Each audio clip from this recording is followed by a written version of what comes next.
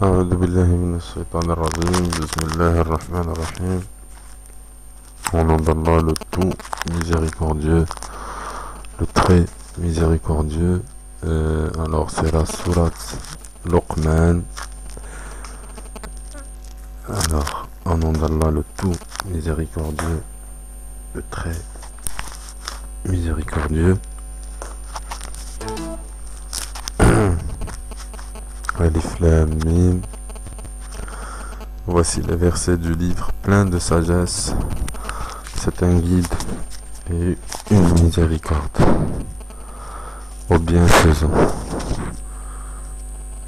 qui accomplissent la salat, acquittent la zakat et qui croient avec certitude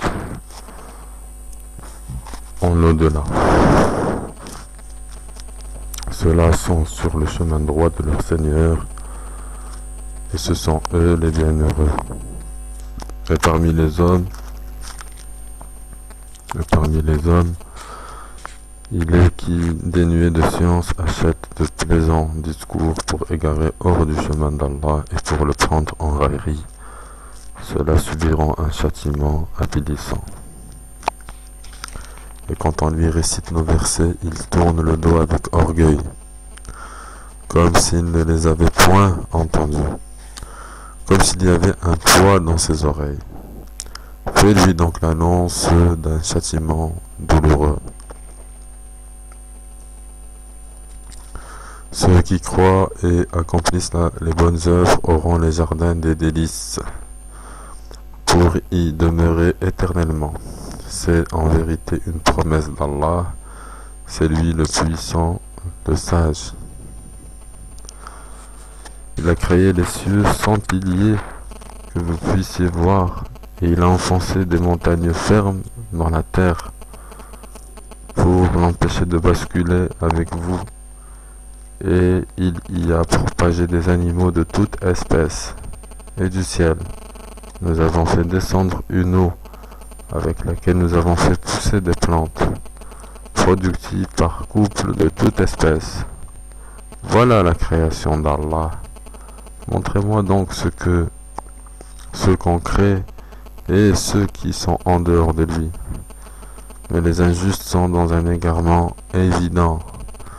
Nous avons effectivement donné à Luqman la sagesse. Sois reconnaissant à Allah, car quiconque est reconnaissant n'est reconnaissant que pour soi-même. Quant à celui qui est ingrat, en vérité Allah se dispense de tout, et il est digne de louange. Et lorsque Luqman dit à son fils tout en exhortant: ô mon fils, ne donne pas d'associé à Allah, car l'association à Allah est vraiment une injustice énorme. Nous avons commandé à l'homme la bienfaisance envers ses pères et mères. Sa mère l'a porté, subissant pour lui peine sur peine. Son sevrage a lieu à 2 ans. Sois reconnaissant envers moi ainsi qu'envers tes parents. Vers moi est la destination. Et si tous deux te forcent à m'associer ce dont tu n'as aucune connaissance, alors ne leur obéis pas, mais reste avec eux ici-bas de façon convenable. Et suis le sentier de celui qui se tourne vers moi. Vers moi ensuite est votre retour, et alors je vous informerai de ce que vous faisiez. Ô mon enfant, fût-ce le poids d'un grain de moutarde, au fond d'un rocher, ou dans les cieux, ou dans la terre, Allah le fera venir. Allah est infiniment doux et parfaitement connaisseur. Ô mon enfant, accomplis la salat, commande le convenable, interdis le blâmable et endure ce qui t'arrive avec patience. Telle est la résolution à prendre dans toute entreprise. Mais ne tourne pas ton visage des hommes et ne foule pas la terre avec arrogance, car Allah n'aime pas le présomptueux plein de glorioles. Sois modeste dans ta démarche et baisse ta voix, car la plus détestée des voix, c'est bien la voix des ânes. Ne valez-vous pas qu'Allah vous a assujetti ce qui est dans les cieux et sur la terre, et il vous a comblé de ses bienfaits apparents et cachés. Et parmi les gens, il y en a qui disputent à propos d'Allah sans science, ni guidée, ni livre éclairant. Et quand on leur dit « Suivez ce qu'Allah a fait descendre », ils disent « Nous suivons plutôt ce sur quoi nous avons trouvé nos ancêtres ». Est-ce donc même si le diable les appelait au châtiment de la fournaise?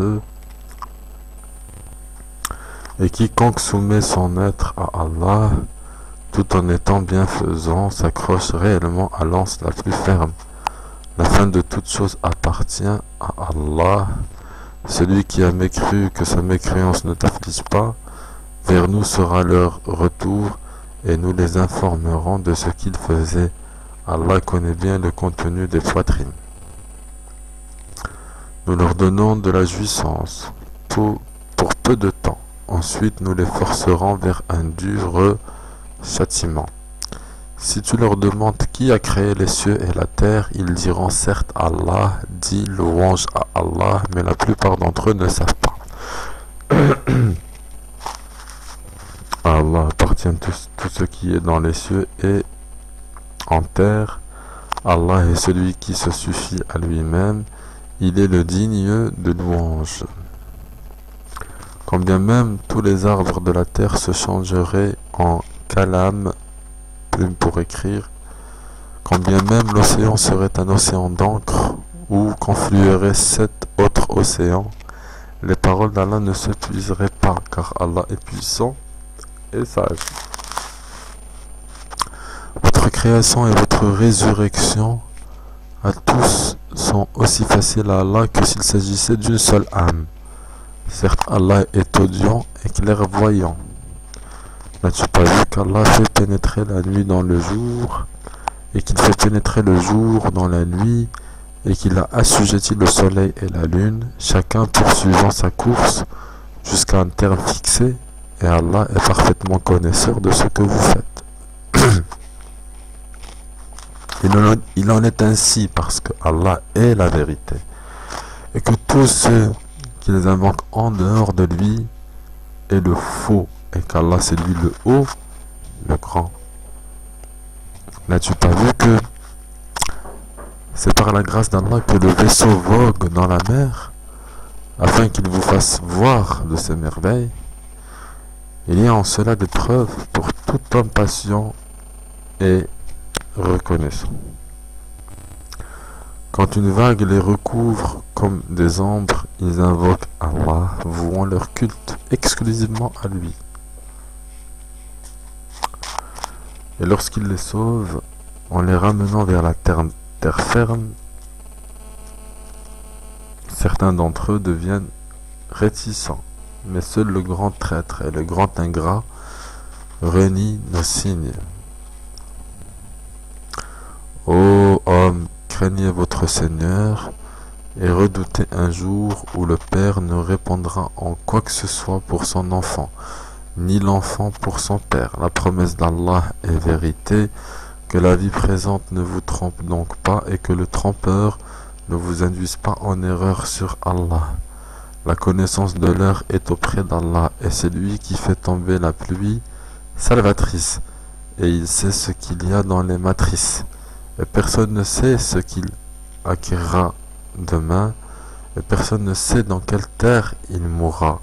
Certes, Allah est omniscient et parfaitement connaisseur.